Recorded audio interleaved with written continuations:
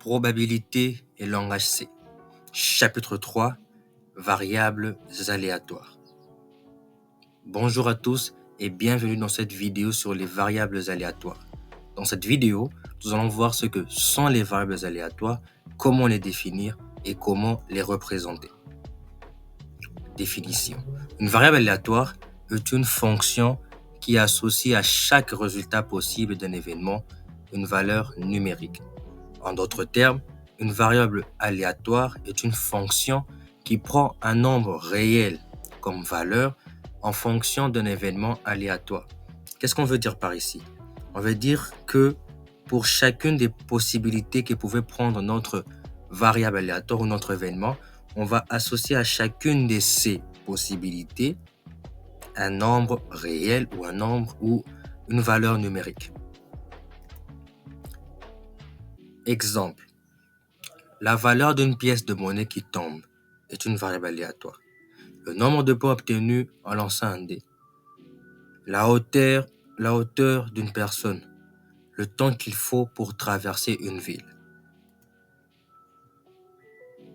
Il existe deux types de variables aléatoires. Les variables aléatoires discrètes qui peuvent prendre un nombre fini ou dénombrable de valeurs. Ensuite, nous avons les variables aléatoires continues qui peuvent prendre un nombre infini de valeurs. Les variables aléatoires discrètes sont des variables aléatoires qui peuvent prendre un nombre fini ou dénombrable de valeurs. Par exemple, la variable aléatoire, le nombre de points obtenus en lançant un dé, est une variable aléatoire discrète car elle peut prendre les valeurs 1, 2, 3, 4, 5 ou 6. Caractéristiques des variables aléatoires discrètes. Elles ont un nombre fini ou dénombrable de valeurs possibles. Les valeurs possibles sont généralement des nombres entiers. La probabilité de chaque valeur possible est non négative. La somme des probabilités de toutes les valeurs possibles est égale à 1. Représentation des variables aléatoires discrètes. Les variables aléatoires discrètes peuvent être représentées par des diagrammes de probabilité. Un diagramme de probabilité est un graphique qui montre la probabilité de chaque valeur possible d'une variable aléatoire. Dans cette vidéo, nous n'allons pas directement représenter ces variables aléatoires.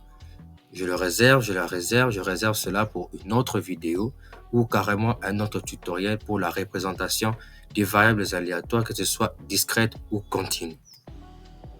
Les variables aléatoires continues. Par exemple, la variable aléatoire, la hauteur d'une personne, est une variable aléatoire continue, car elle peut prendre n'importe quelle valeur entre 0 et l'infini. Caractéristiques. Les variables aléatoires continues ont les caractéristiques suivantes. Elles peuvent prendre un nombre infini de valeurs possibles. Les valeurs possibles sont généralement des nombres réels. La possibilité d'une valeur unique est nulle.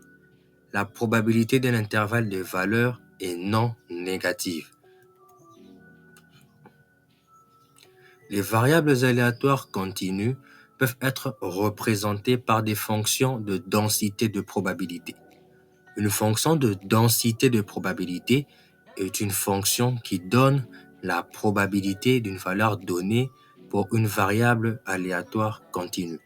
Comme je venais de le dire, on ne va pas montrer comment les représenter. Je ne vais pas montrer comment représenter un diagramme de probabilité ou une fonction de densité de probabilité. Je réserve cela pour une autre vidéo. Alors, que pouvons-nous retenir? Dans cette vidéo, nous avons vu les deux types de variables aléatoires. Les variables aléatoires discrètes et les variables aléatoires continues. Nous avons vu les caractéristiques de chaque type de variables aléatoires et comment les représenter. On se retrouve donc dans le prochain chapitre sur l'espérance mathématique. Merci pour votre attention. N'hésitez pas à laisser un commentaire pour toute question et surtout à laisser un pouce bleu si la vidéo vous a plu et à vous abonner. C'était Fanan Siete pour votre cours de probabilité et langage C. À la prochaine.